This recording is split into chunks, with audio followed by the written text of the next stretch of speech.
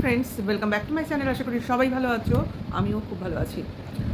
টন্ডিপের আজকের সকালবেলা উঠেই যে কোথায় বেরোবে আমরা যেটা জানতাম, গতকালের ব্লগিংয়েও জানিয়ে রেখেছিল, কিন্তু যেটা একটা নতুন সেটা খবর হলো বাবা যেত কিন্তু বাবা যাননি।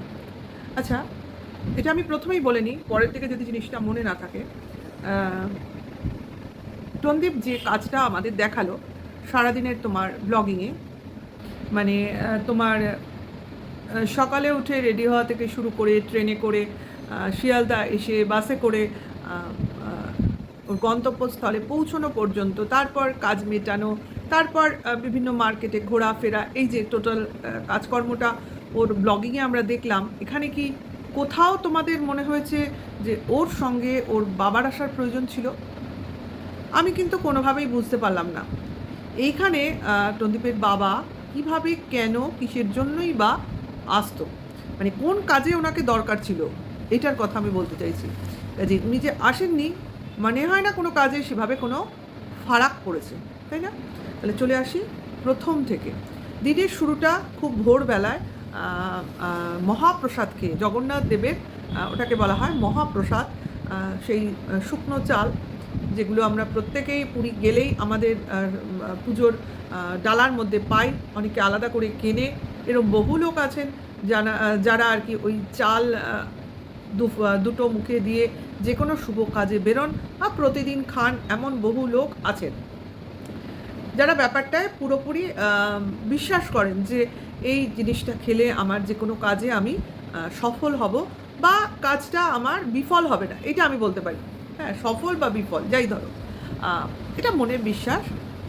জগন্নাথ দেবের প্রসাদ বলে কথা, মহাপ্রসাদ, শুধু প্রসাদ নয়, ওটা হলো মহাপ্রসাদ। যাই হোক, সেই চাল মুখে নিয়ে টন্দীপ দিনটা শুরু করলো। আচ্ছা, এটা আমরা অনেক ছোট থেকেই দেখেছি, সেই জন্য এইটা দেখে অবাক হইনি।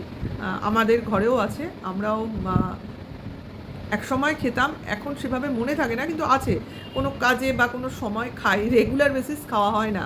যাই হোক, ঠাকুরের আসনেই রাখা থাকে, এই হলো ব্যাপার। এইবার যেটা ব্যাপার হলো, তোমার সকালবেলা ট্রেনে করে শিয়ালদা এলো, এবং শিয়ালদা থেকে বাসে করে ধর্মতলা থেকে হেঁটে পার্ক স্ট্রিট, এটা হলো গন্তব্যস্থল। পার্ক স্ট্রিটের কোথায় না, পার্ক হোটেলে কারোর সাথে দেখা করার একটা মানে প্রোগ্রাম ছিল। এখন কার সাথে, কেন, কি ব্যাপার, সেটা অবশ্য করেই আমাদের জানানোর প্রয়োজন মনে করেনি, কারণ সব জিনিস যে সবাইকে বলতে হবে এটার যেমন কোনো মানে দায় ও নেই, সেরকমভাবে আমরা সব জিনিস জানার দাবিও জানাতে পারি না, ঠিক তো? যতটুকু দেখাবে, যতটুকু বলবে, ততটুকুই আমরা দেখব বা বিবেচনা করব, বা আরেকটা জিনিস করতে পারি, সেটা হলো অনুমান। ঠিক আছে, এক তো কলকাতা আসতে হচ্ছে অনেককেই বিভিন্ন কাজে, এবং সকালের দিকে যখন এসছে, আর দেখা হওয়ার টাইমটা যখন 11টা থেকে 11:30 ছিল, তখন আমরা ধরেই নেব ওই কাজে, অর্থাৎ দেখা করার কাজেই টন্দীপ এসছিল, অন্য কোনো কাজে যায়নি আশা করি, কারণ ওইখানে যাওয়ার প্রয়োজন হয়তো টন্দীপের নেই। কোথায় নিশ্চয়ই তোমরা বুঝতে পারছো, কারণ তার বিভিন্ন লোকজন আছে তার হয়ে তার কাজ করে দেওয়ার জন্য। আচ্ছা, এই যে পার্ক হোটেলে দেখা করা, এই যে একজন বিশেষ ব্যক্তি যাকে কিনা আমরা দেখতে পেলাম না, এবং যার সঙ্গে কিনা তোমার ওয়েটিং লাউঞ্জেই দেখা সাক্ষাৎ হলো, আমরা দেখতে পেয়েছি সিটিং এরিয়াটা, অবশ্য করেই হোটেল রুমে মনে হয় না কথাবার্তা হয়েছে, যা হয়েছে সিটিং এরিয়াতেই হয়েছে। দেখো, যতটুক দেখিয়েছে ততটুকের ওপর বলছি ভাই, এখন ব্যাক ক্যামেরা কি হচ্ছে, কি কোথায় দেখা সাক্ষাৎ হয়েছে সেটা তো বলতে পারি না, তবে অবশ্য করেই টন্দীপকে ওয়েটিং এরিয়ায় ওয়েট করতে দেখা গেছে, এবং ওইটুকুইও দেখিয়েছে, বাদবাকি কিছু দেখায়নি। ঠিক আছে, এইখানে একটা প্রশ্ন আসতে পারে যে কলকাতায় পার্ক হোটেলে এমন কোন ব্যক্তি যার সঙ্গে তাকে সুদূর কৃষ্ণনগর থেকে, বা যেখানে থাকে কুতকুল্লা, সেখান থেকে ভোরবেলা ট্রেন ধরে হন্তদন্ত হয়ে আসতে হলো কেন? যার সঙ্গে ফোনে হয় না, যার সঙ্গে অন্য কারোকে দিয়ে হয় না, নিজেকেই আসতে হবে কেন? এই প্রশ্নটা আসতে পারে, তো মনে আসতে পারে, কিন্তু কারণ যে সকম কাজকর্ম, যেরকম সিচুয়েশান, যে পরিস্থিতিটা এখন চলছে তাতে কিন্তু আমাদের মনে সন্দেহ জাগতেই পারে যে কী ব্যাপার, কিছু কি হলো, কোনো কি লেনদেন হলো। দেখো, লেনদেন মানে কিন্তু তোমরা অন্য অর্থে ভেবো না সবসময় যে টাকা পয়সাই লেনদেন হয় তা কিন্তু নয়। অনেক কিছু লেনদেন হতে পারে, যেমন তোমার জিনিসপত্র লেনদেন হতে পারে, মানে গিফটস। আচ্ছা, কথাবার্তার লেনদেন হতে পারে, মানে তোমাকে কিছু কথা বললাম তার পরিবর্তে কিছু কথা শুনলাম। আচ্ছা, অথবা তোমার কিছু কাগজ ফাইলপত্র লেনদেন হলো, সেটাও হতে পারে। তাহলে লেনদেন কিন্তু অনেক রকম হয়। সবাই কিন্তু লেনদেন মানে টাকা পয়সা এইভাবে ভেবো না, কিন্তু হতে পারে। অনুমান, এটা আমার অনুমান। না হলে কেন ভাই আমি অত দূর থেকে এখানে আসব এবং কোনো হোটেলে কোনো বিশেষ ব্যক্তির সঙ্গে দেখা করব। এটা যদি কোনো হসপিটাল হতো তা আমি বুঝতাম কোনো মুমূর্ষ ব্যক্তিকে বা অসুস্থ ব্যক্তিকে দেখতে আসছে, সেটা তার একটা মানবের মানে মানুষের কাজ, মানবাধিকার বলতে গেছিলাম, সবই মানবাধিকার। আচ্ছা, মানুষের কাজের মধ্যে পড়ে, মানবিকতার মধ্যে পড়ে। কিন্তু এটা তো হোটেল ভাই, হোটেলে বিশেষ ব্যক্তি আবার টাইম দেওয়া আছে, কতগুলো সন্দেহজনক টার্মস, ঠিক আছে। এবং সন্দীপের বৈশিষ্ট্য বিফোর টাইম অ্যারাইভ করা, সেটা আমরা দেখতেই পেয়েছি। এবং বিফোর টাইম অ্যারাইভ করেছে বলে ওয়েটও করছিল, সেটাও আমরা বুঝতে পেরেছি। তারপরে যে যে জিনিসগুলো ঘটেছে বা হয়েছে সেটা অফ ক্যামেরা হয়েছে, স্ক্রিনের পেছনে হয়েছে। হবেই তো, সব জিনিস দেখাতে নেই ভাই। সব জিনিস তোমরা যদি ভাবো এটা সিনেমা নয় যে পর্দার এপারেও কি হচ্ছে দেখাবে, পিছনেও কি হচ্ছে দেখাবে, মানে ওই যে ভগবানের মতো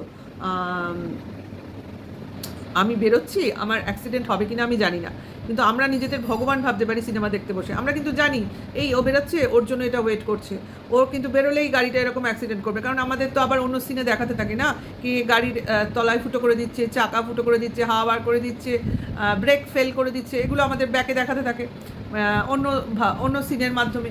তখন না আমাদের নিজেদের ভগবান বলে মনে হয়। আমার বিশেষ করে এটা আমার ফিল আসছে কীভাবে জানো, যখন আমার মা বাবা সিনেমা দেখতে বসতো, এরকম দেখাতো আর আমার মা না খুব ইমোশনাল হয়ে বলতে থাকতো, এমা বেরোস না, এমা বেরোস না, তোর অ্যাক্সিডেন্ট হবে। আমি বললাম, বাবা তোমার কথা কেউ শুনছে না, তুমি ভগবান হলে কি হবে। আমাদের তখন নিজেকে ভগবান ভগবান ফিল হতো যে আমরা অন্য একটা জায়গায় বসে দেখতে পাচ্ছি যে ঘটনাটা, যে ওই ছেলেটা বেরোচ্ছে বা ওই মেয়েটা বেরোচ্ছে বাড়ি থেকে, ওর জন্য এইরকম দুর্ঘটনা অপেক্ষা করে রয়েছে।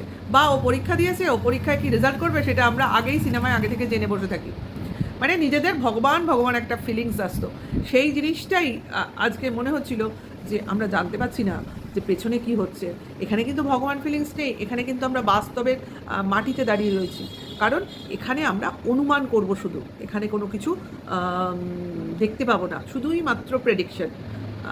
কি কি হলো কথা, কোনো কি কাজের কথা হলো, কোনো কি গল্প হলো, কোনো কি ঘুরতে যাওয়ার প্ল্যান হলো, কোনো কি কেস সংক্রান্ত কিছু পন্থীফিকির হলো, কি সবথেকে বড় জিনিস টাকা পয়সার লেনদেন হলেও হতে পারে। আমি বলছি না, অনুমান করছি। দর্শকরা বুঝে নাও, তোমরাও তোমাদের মতো অনুমান করে নাও। কারণ যা দেখানো হবে না সেগুলো আমরা অনুমান ভিত্তিক একটা ইমাজিনেশনের মাধ্যমে নিজেরা ভাবতেই পারি, তাই না? এটা করতেই পারি।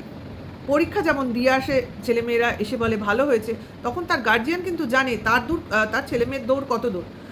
তখন তারা ভেবে নেয় ও ঠিক আছে, এরকম 60% কি 70% কি 80% পাবে। এবার পরীক্ষার রেজাল্টের পর যদি দেখা যায় আমি ভেবেছিলাম 80%, পেলেও 60%, তার মানে আসল জায়গায় গলদ ছিল। আর যদি দেখলাম 80% ভেবেছিলাম, পেলাম 90% আপ, তার মানে আমার বিয়ন্ড মাই ইমাজিনেশন, তখন সেটা আরও ভালো একটা রেজাল্ট আমাদের সামনে নিয়ে আসে। যাই হোক, যেটাই হোক, এইটুকু আমার কল্পনা এলেও তোমাদের মানে আমার ভিউয়ার্সদের সঙ্গে আমি শেয়ার করলাম। Next, new market. দেখো, পার্ক স্ট্রিট থেকে নিউ মার্কেট একটু দূরত্ব আছে। প্রথমত ধর্মতলা থেকে পার্ক স্ট্রিট, পার্ক হোটেল অনেকটা দূরত্ব, হেঁটে গেছে।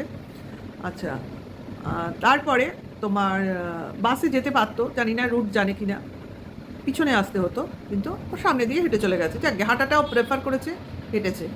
আর মেট্রো অ্যাভেল করতে পারতো, কিন্তু দমদমে নামেনি বলে, মানে নামতে পারেনি ভিড়ের জন্য। এটা অবাক লাগলো, একটা ছেলে দমদমে নামতে পারেনি কেন? এরা নাকি ডেইলি প্যাসেঞ্জার, শুনলাম সন্দীপ নিজে মুখে বলল ফেরত যাওয়ার সময় যে ট্রেনে উঠে জায়গা পাওয়া এটা ওরা ডেইলি প্যাসেঞ্জার বলেই পেয়েছে।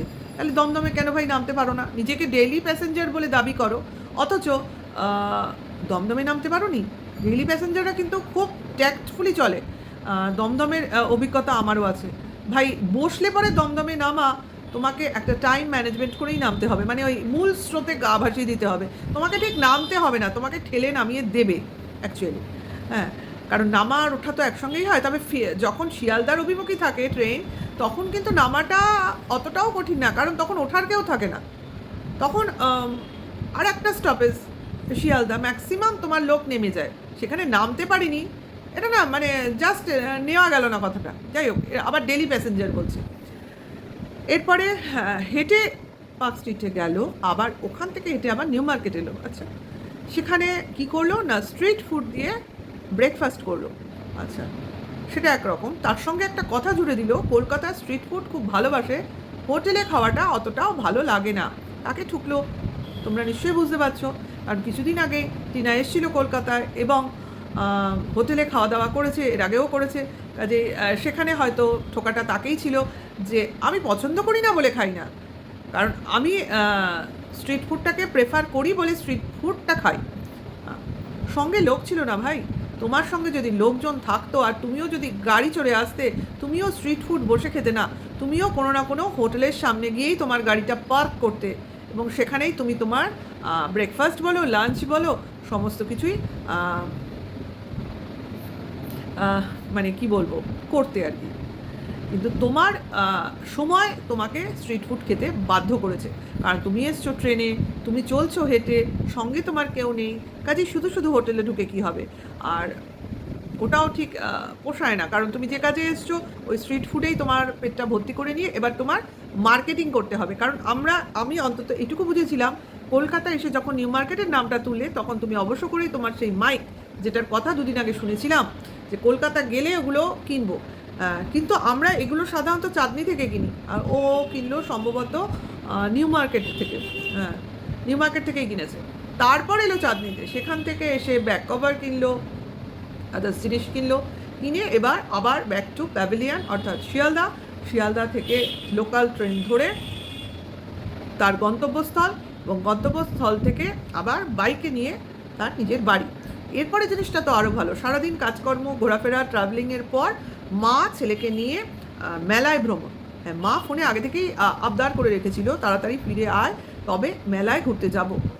মেলায় ঘোরার শখ হয়েছে মার, তাই ঘুরতে যাবে, নিয়ে যাওয়া ছেলের কর্তব্য, অবভিয়াসলি নিয়ে যেতে হবে, এর মধ্যে কোনো অসুবিধা নেই। এবং যথারীতি এত ট্রাভেল করে, হাঁটাহাঁটি করে, ট্রেনের ধাক্কাধাক্কি খেয়ে আবার মেলায়, এটা কিন্তু বলতেই হবে এনার্জি আছে, টনদীপের এনার্জি আছে। তারপরে মেলায় ঘুরিয়ে টুরিয়ে আবার বাড়িতে এসে ছেলেকে রোল দিয়ে, বাবার জন্য রোল নিয়ে এসে আবার ব্যাক টু মেলা, সেখানে ডিজের নাচ। ভাই, সবাই উদম নাচছে, সব মানে ছেলেদেরই দেখলাম, মনে হয় খেয়ে টেয়ে রয়েছে নাকি কে জানে, কারণ এরকম নাচ পুজো প্যান্ডেলে হয়, আমরা দেখেছি, মানে আমাদের এখানেও হয়, যদিও আমরা ম্যাক্সিমামই তোমার ছাদ থেকে বারান্দা দিয়ে দেখি, ওই সময় প্যান্ডেলে কেউ থাকে না, রাত্রির 11টার পর হয় এগুলো, ওই সব কি বিজয়া সম্মিলনীতে এরকম হয়, সেই রকমই দেখলাম। যাই হোক, প্রচুর নাচছিল এই গরমে। যাই হোক, আমি তো ভাবছিলাম টন্দীপনা নাচতে শুরু করে, কিন্তু সেটা দেখায়নি। আবার বাড়ি চলে এলে কি না, আবার রাত্রে ডিমের অমলেট দিয়ে ভাত, সঙ্গে মুসুরির ডাল, পটল আলুর তরকারি। মা সারাদিন ধরে ডাল আর তরকারি রান্না করেছে, যেহেতু ছেলে বাড়িতে নেই, কাজেই কোনো ডিম মাছ কিছু রান্না হয়নি। মায়ের বক্তব্য, নিরামিষ খেলে শরীর ভালো থাকে। যারা নিরামিষ খায় অবভিয়াসলি শরীর ভালো থাকে, খাবে না কেন? প্রচুর লোক আছে নিরামিষাশী, কিন্তু তারা তার সঙ্গে দুধ, ফল, ঘি, মাখন, ড্রাই ফ্রুটস এগুলো বেশি খায়। শুধু কটা সবজি, ডাল আর কি বলে শাক দিয়ে খেয়ে বসে থাকে তা কিন্তু নয়, তাহলে দুদিনেও কারোর শরীর ভালো থাকবে না। তোমার প্রোটিন, ভিটামিন, কার্বোহাইড্রেট সমস্ত কিছু ব্যালেন্স ওয়েতে খেতে হবে, ঠিক আছে? সেটা তুমি যদি প্রাণীজ প্রোটিন না নাও, সেক্ষেত্রে তোমার দুধ, বাটার, ঘি, ফল এখান থেকে নিতে হবে, তাই না? কাজে যাই হোক, যার মস্তিষ্ক, যার কাছে, যার সিদ্ধান্ত তার কাছে। ব্যাপারটা হচ্ছে, আমার এক্ষেত্রে বড়রা যা খুশি করুক, ছেলেটাকে কি খাইয়েছে? না মাছ না কিছু, রাত্রে তো ডিমের অমলেট করতে দেখলাম, দিনের বেলা কি একটা ডিমও ছেলেকে খাইয়েছে, নাকি ওই শুকনো ভাত ডাল দিয়ে মেখে কটা পটল মুখে তোলার জন্য ব্যস্ত হয়ে ঘুরেছে। আমার তো মনে হয় না ওই ঠাকুমা বেশিক্ষণ ছেলের সঙ্গে দৌড়াদৌড়ি করতে পারে। কিছুক্ষণ খাওয়ায়, বাদ বাকি সময় আমার মনে হয় ও ভাত নিজে খায় বা ফেলে দেয়, এই হবে। কারণ ঠেসে খাওয়ালে এই বয়সী ছেলের ফিগার এরকম হবে না, এরকম হবে না। ম্যাক্সিমাম টাইম খালি থাকলে দেখি পেটটা পুরো ঢুকে রয়েছে। বাচ্চাদের না দেখবে যখনই খাওয়াবে পেটটা একটু হলেও ফোলে, ওই বুড়ি হয়ে যাওয়ার মতো করে হয়, আবার খানিকক্ষণ পর ওটা নেমে যায়। কিন্তু ওর সেরকম পেট আমি আজ অবধি দেখলাম না। খুব ছোটোবেলার কথা কিন্তু আলাদা, এখন ইদানিংকাল এটা চোখে পড়ছে। আর নেক্সট ভাবলাম নদী বলবে কেন গেছিল, কিন্তু সেও সেই একই কথা, বিশেষ কাজে গেছিলাম। মানে আসল কথা মুখের বাইরে এলো না। আর কী কেনাকাটি করলো সেটা এখন আমাদের না দেখিয়ে অন্য কোনো একটা ভিডিওতে দেখাবে। আপাতত যেগুলো দেখাবার সেগুলো তো দেখিয়ে দিয়েইছে, হয়তো আর একটু ক্লিয়ার করে পরিষ্কার করে ক্যামেরার সামনে এনে তুলে তুলে দেখাবে। সেটা দেখার জন্য আমরা অবশ্য করেই ওয়েট করে রইলাম। আর সঙ্গে প্রচুর অনুমান করলাম আজকের ভিডিও দেখে যে কী করতে গেছিলো বা কী করার প্ল্যান ছিল। আরও সঙ্গে কেউ ছিল কি ছিল না সেটাও তো আমরা দেখিনি। সবই মনে হচ্ছে কিন্তু মুখে প্রকাশ করতে পারছি না। বিশ্বাস করো, সবই মন বলছে, কিন্তু সব কথা তো আজকাল মুখে ওয়াইটিতে প্রকাশ করা যাবে না। কারণ যেটা দেখব সেটাই বলতে হবে, ঠিক আছে? আর ভিডিওটা এইটুকুই রাখি, বেশি বাড়াবো না। ভিডিও ভালো লাগলে লাইক কমেন্ট শেয়ার করো, নেক্সট ভিডিও ওয়েট করো। আর যারা নতুন সাবস্ক্রাইব করে নিয়ে নোটিফিকেশনটা অন করে দিও। আর অবশ্য করেই পরের ভিডিও ওয়েট করো। Tata, by.